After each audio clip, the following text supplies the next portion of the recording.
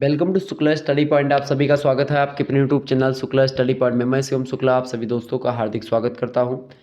यह question paper है आपका बीए तृतीय वर्ष का 2023 की परीक्षा हो रही है। बीए थर्ड ईयर का क्वेश्चन पेपर है। एग्जामिनेशन 2023 आप देख सकते हैं।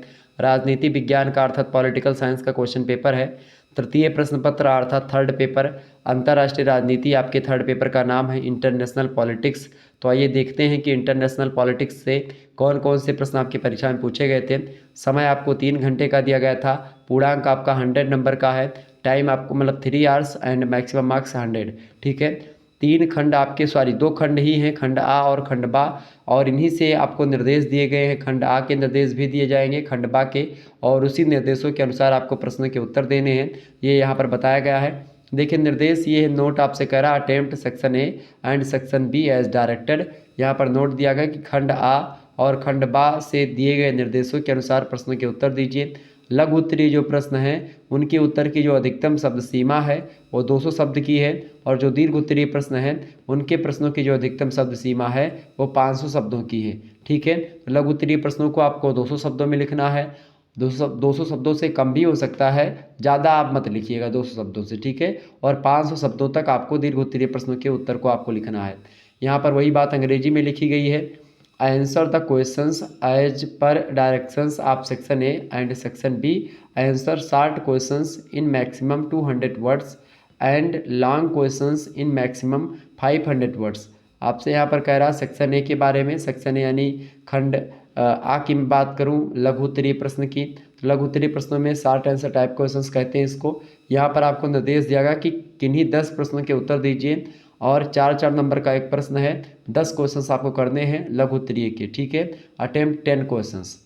पहला प्रश्न आपसे पूछा गया था मार्टिन कापलान का व्यवस्था का जो सिद्धांत है उसको बताएं।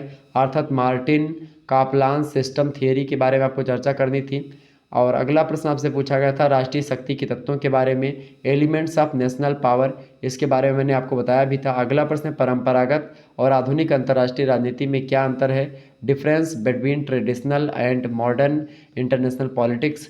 एंड नेक्स्ट क्वेश्चन आपसे पूछा गया था, चौथा नंबर प्रश्न आपसे पूछा गया था कि विदेश नीति के निर्धारक तत्व कौन कौन से हैं, यानी डिटर्मिनेट्स फॉर मतलब ऑफ फॉरेन पॉलिसी। जो विदेश नीति को निर्धारित करने वाले तत्व हैं उनके बारे में आपको लिखना था। पांचवा प्रश्न आपसे पूछा गया था राष्ट्रीय हित की वृद्धि या अभिवृद्धि के साधनों के बारे में बताएं, means of promotion of national interest.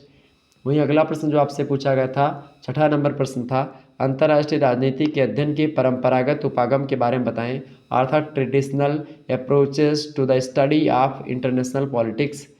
वहीं अगला प्रश्न आपसे जो पूछा गया था देखेंगे, सातवां नंबर प्रश्न था गुट निरपेक्षता की उपलब्धियां, अचीवमेंट्स ऑफ नॉन मतलब अलाइनमेंट। अच्छा, इसके बारे में मैंने आपको बताया भी था, गुट निरपेक्षता के बारे में सारी चीज़ें समझाई थी। नव उपनिवेशवाद पर भी चर्चा करी थी हमने। ठीक है। New colonialism.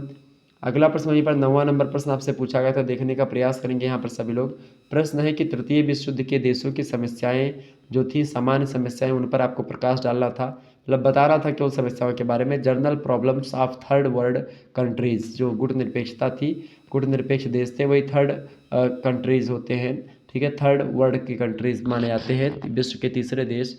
मतलब कि जैसे एक तो अमेरिका के पक्ष में जो थे, अमेरिका की व्यवस्था पूंजीवाद का समर्थन करने वाले देश, तो प्रथम दुनिया के, द्वितीय दुनिया में रूस, और तीसरी दुनिया जो होते भारत वगैरह के समर्थन में जो थे वो। ठीक है। ना तो रूस के समर्थन में थे, ना वो एक प्रकार से अमेरिका के समर्थन में थे। अगला प्रश्न है भारत में G20 सम्मेलन, G20 समिट इन इंडिया, अभी भी आप बड़ी फेमस एक प्रकार से समिट है ये, तो परीक्षा में प्रश्न यहाँ से पूछे जाते हैं, तो ये भी इम्पोर्टेंट था। वही अगला प्रश्न आपसे पूछा गया था तीसरे विश्व की समस्या क्या है, what are the problems of third world, बढ़िया प्रश्न था ये। और अगला प्रश्न है सामूहिक सुरक्षा की अवधारणा बताएं, the concept of collective security, तो ये भी प्रश्न आपका अच्छा था। इस प्रकार से इन 12 प्रश्नों में से आपको केवल 10 प्रश्नों के उत्तर करने थे। खंड बा की बात की जाए यानी सेक्शन बी की दीर्घ उत्तरीय प्रश्न यानी लॉन्ग आंसर टाइप क्वेश्चन पूछे जाते हैं। देखिए यहाँ पर आपको केवल 4 प्रश्नों के उत्तर देने हैं। ठीक है। 15 नंबर का एक प्रश्न है, ये बात ध्यान रखिएगा। पहला प्रश्न जो आपसे पूछा गया था यहाँ पर, अंतर्राष्ट्रीय राजनीति के अर्थ एवं क्षेत्र की विवेचना कीजिए, यानी discuss the meaning and scope of international politics. बढ़िया प्रश्न था। परीक्षा में इस प्रश्न पर मैंने मॉडल पेपर में ऑलरेडी चर्चा करी हुई, तो ये प्रश्न आपका हो जाता। अगला प्रश्न है आदर्शवादी उपागम का परीक्षण कीजिए। एग्जामिन द आइडियलिस्ट अप्रोच, बढ़िया प्रश्न था। वहीं अगला प्रश्न जो पूछा गया था चौथा नंबर, विदेश नीति को परिभाषित कीजिए तथा उसके निर्धारक तत्वों का वर्णन कीजिए। ये भी आपसे बढ़िया बढ़िया प्रश्न था, इंपॉर्टेंट प्रश्न था। विदेश नीति को परिभाषित मैंने किया है already.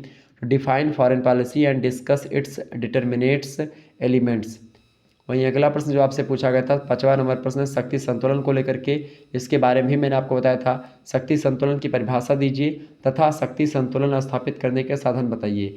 Give the definitions of balance of powers and right the device of for maintaining of balance of power. Most important प्रश्न है शक्ति संतुलन के बारे में, प्रश्न मैंने आपको बताया था। छठा प्रश्न आपसे पूछा गया था शीत युद्ध से आप क्या समझते हैं। शीत युद्ध के कारणों का विश्लेषण कीजिए। What do you understand by cold world war, analyse it's cases. अच्छा, शीत युद्ध के बारे में भी मैंने आपको बताया था। सातवां प्रश्न आपसे पूछा गया था भारत की विदेश नीति के प्रमुख सिद्धांतों का उल्लेख कीजिए। इस पर भी चर्चा मैंने करी थी, मॉडल पेपर में प्रश्न भी रखा था कि इस प्रश्न को पढ़ लीजिएगा। Describe the main principles of India's foreign policy. वहीं अगला प्रश्न आपसे पूछा गया था 8वां नंबर प्रश्न आप देखिएगा, भारत चीन संबंधों का परीक्षण कीजिए, यानी examine the relationship between India and China. तो ये दोनों, ये भारत चीन संबंधों को लेकर के भी मैंने मॉडल पेपर में प्रश्न रखा था, ये भी प्रश्न आ गया।